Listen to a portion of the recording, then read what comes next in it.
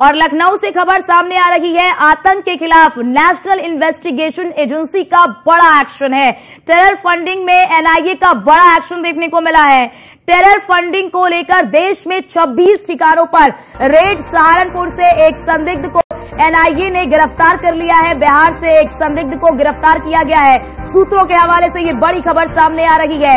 NIA ने तलाशी के दौरान आपत्तिजनक दस्तावेज जो है वो जब्त किए हैं। तो एनआईए की ये ताबड़तोड़ कार्रवाई टेरर फंडिंग के खिलाफ सहारनपुर से एक संदिग्ध को नेशनल इन्वेस्टिगेशन एजेंसी ने गिरफ्तार किया है। बिहार से एक संदिग्ध को गिरफ्तार किया गया है। सूत्रों के हवाले से ये बड़ी खबर सामने आ रही है।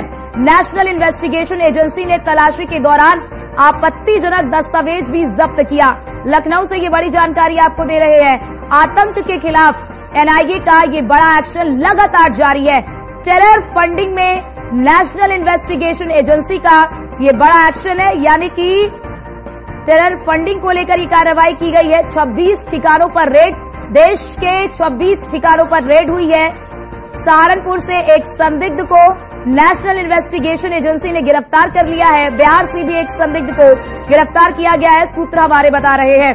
और दस्तावेज जो है वो भी बरामद किया गया है। और हमारे साथ हमारी संवाददाता वर्षा शाही हमारे साथ लाइव जुड़ चुकी है। वर्षा, लगातार जो नेशनल इन्वेस्टिगेशन एजेंसी है वो ताबड़तोड़ कार्रवाई कर रही है, क्या कुछ जानकारी है? एनआईए को इस कार्रवाई के दौरान, इस छापेमारी के दौरान क्या कुछ बरामद हुआ है अब तक? देखिए, एनआईए ने एक पैन इंडिया पर एक बड़ा एक्शन किया है। ये एक्शन एटीएस के साथ मिलकर किया है और कई ठिकानों पर ताबड़तोड़ कार्रवाई करते हुए 2 लोगों को पकड़ा। एक सहारनपुर से, एक देवबंद से।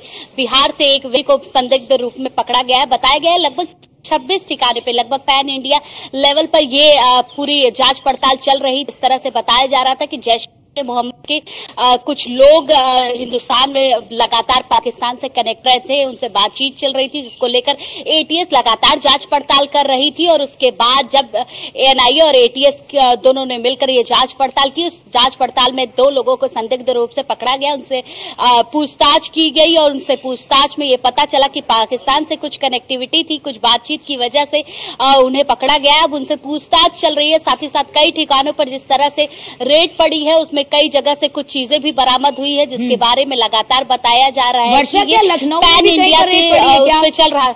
वर्षा, क्या लखनऊ में भी इस तरह का कोई रेड एनआईए की तरफ से?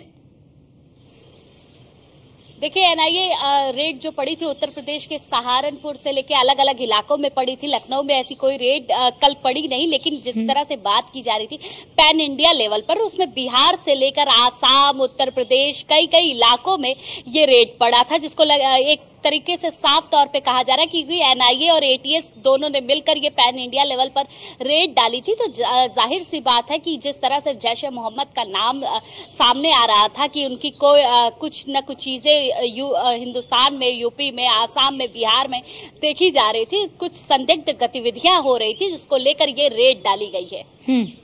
तो वर्षा, जैसे सहारनपुर से की बात कही जा रही कि सहारनपुर से एक संदिग्ध को गिरफ्तार किया गया है, और पूछताछ में क्या कुछ सामने आया है? क्या बैंक अकाउंट से कुछ डिटेल मिली है कि क्या वहां से कुछ फंडिंग वगैरह हो रही थी? इससे पूछताछ में क्या कुछ अभी तक कुछ सामने आ पाया, कुछ खुलासा हो पाया है? देखिए, एनआईए और एटीएस की जो दोनों रेड पड़ रही थी उसमें साफ तौर पे एक चीज सामने आई है कि पैन इंडिया पर जितने भी रेडें पड़ी हैं उसमें 2 व्यक्तियों को गिरफ्तार किया गया। एक बिहार से गिरफ्तार किया गया है और दूसरा सहारनपुर से गिरफ्तार किया गया। और इन दोनों से बातचीत में ये पता चला है कि ये कुछ ना कुछ कनेक्टिविटी वो जैश ए मोहम्मद से थी और कुछ बातचीत जो पाकिस्तान से लगातार फोन पर चल रही थी, उसकी वजह से इनका गिरफ्तारी किया गया। और गिरफ्तारी के बाद अब जांच पड़ताल लगातार जारी है कि किस तरह से क्या साजिश चल रही थी, क्या गतिविधियां चल रही थी, जिसकी वजह से ये गिरफ्तारी हुई है। और लगातार पूछताछ एनआईए और एटीएस की तरफ से की जा रही है। ठीक है, बहुत शुक्रिया आपका वर्षा, हमारे साथ जुड़ने के लिए और ये जानकारी हमारे दर्शकों तक पहुंचाने के लिए।